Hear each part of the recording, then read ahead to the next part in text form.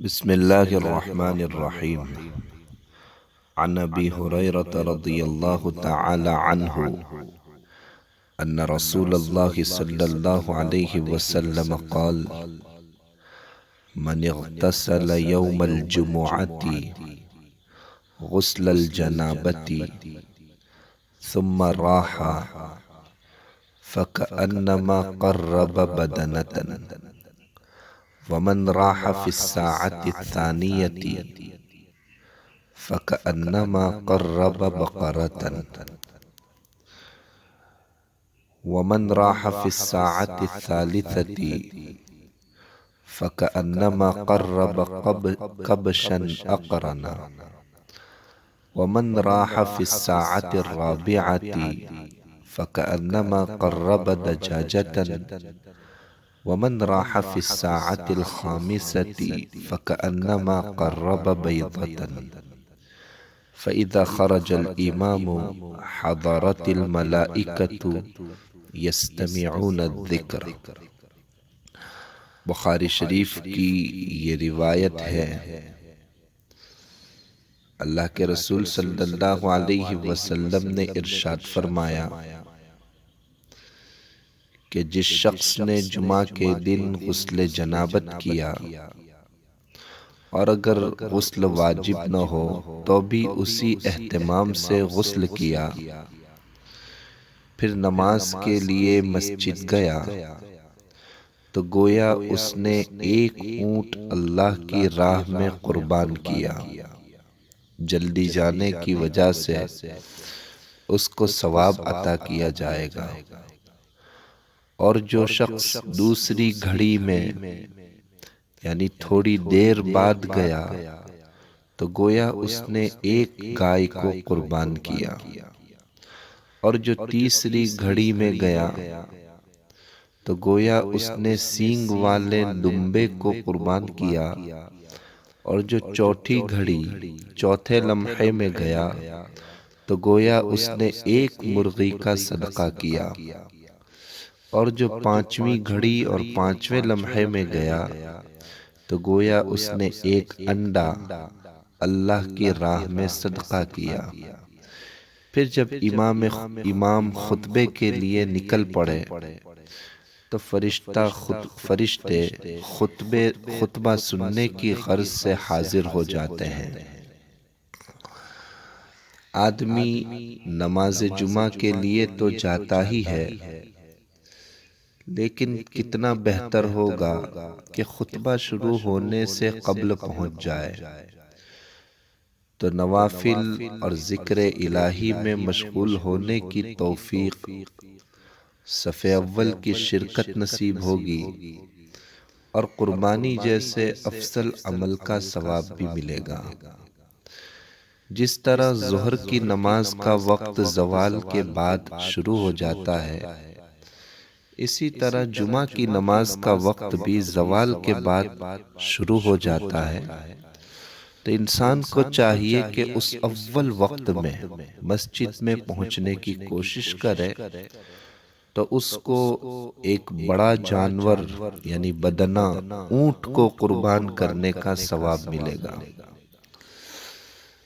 مسلم شریف کی روایت میں ہے، حضرت ابو ہریرہ رضی اللہ تعالی عنہ روایت فرماتے ہیں کہ ان رسول اللہ صلی اللہ علیہ وسلم قال: اذا كان يوم الجمعة كان على كل باب من ابواب المساجد ملائكة يكتبون الاول فالاول الى آخر الحدیث۔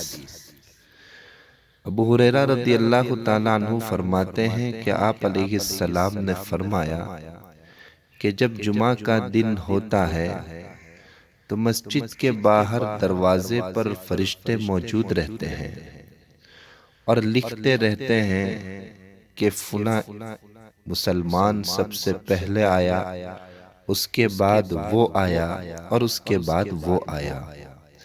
اس طرح وہ لکھتے رہتے ہیں۔ پھر جب امام منبر پر بیٹھ جاتا ہے تو سب فرشتے اعمال نامے لپیٹ دیتے ہیں اور آ کر خطبہ سننے لگتے ہیں۔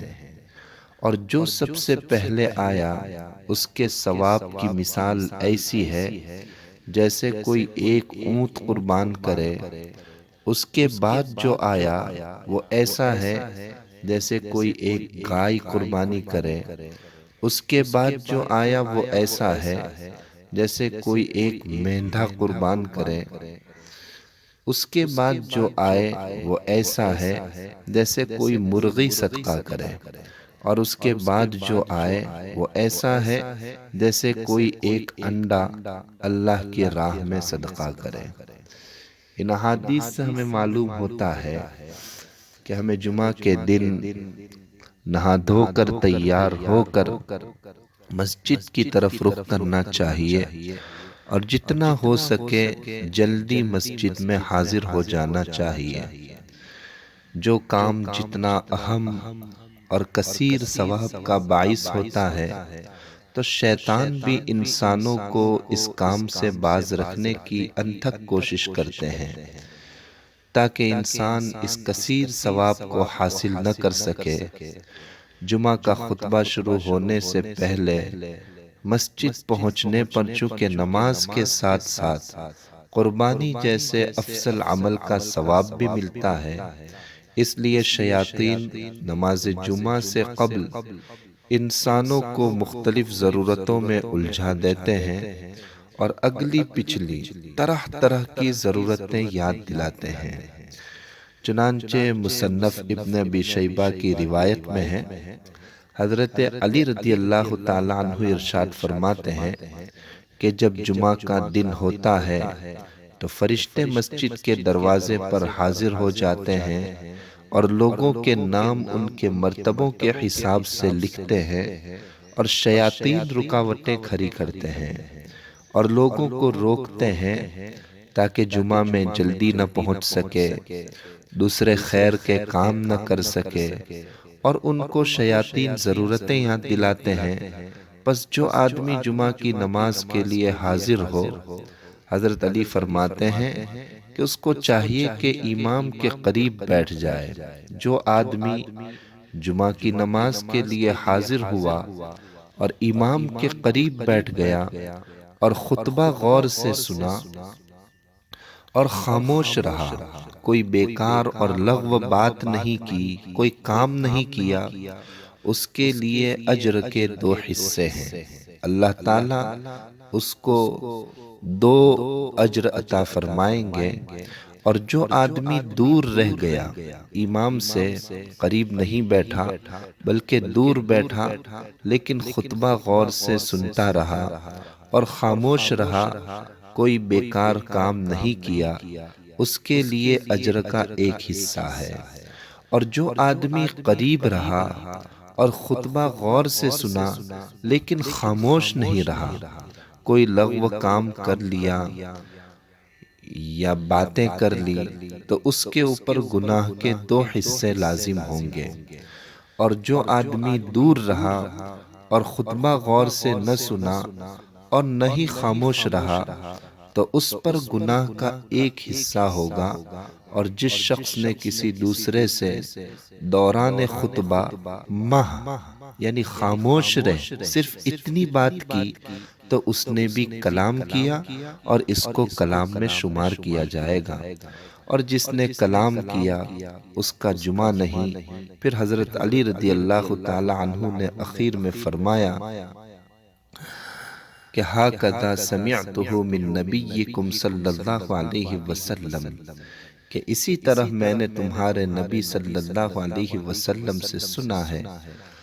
ان حدیث سے ہمیں معلوم ہوا کہ جمعہ کے دن کی کتنی فضیلت ہے، اس کی نماز کی کتنی فضیلت ہے، امام کے قریب بیٹھنے کی کتنی فضیلت ہے، اور اس کے ساتھ ساتھ غور سے کان لگا کر خطبہ سننے کی کتنی فضیلت ہے۔ اس پر ہمیں عمل کرنا چاہیے اور لغو کاموں سے بچنے کی کوشش کرنی چاہیے۔ اللہ تبارک و تعالی ہمیں عمل کی توفیق عطا فرمائے۔ السلام علیکم ورحمۃ اللہ وبرکاتہ۔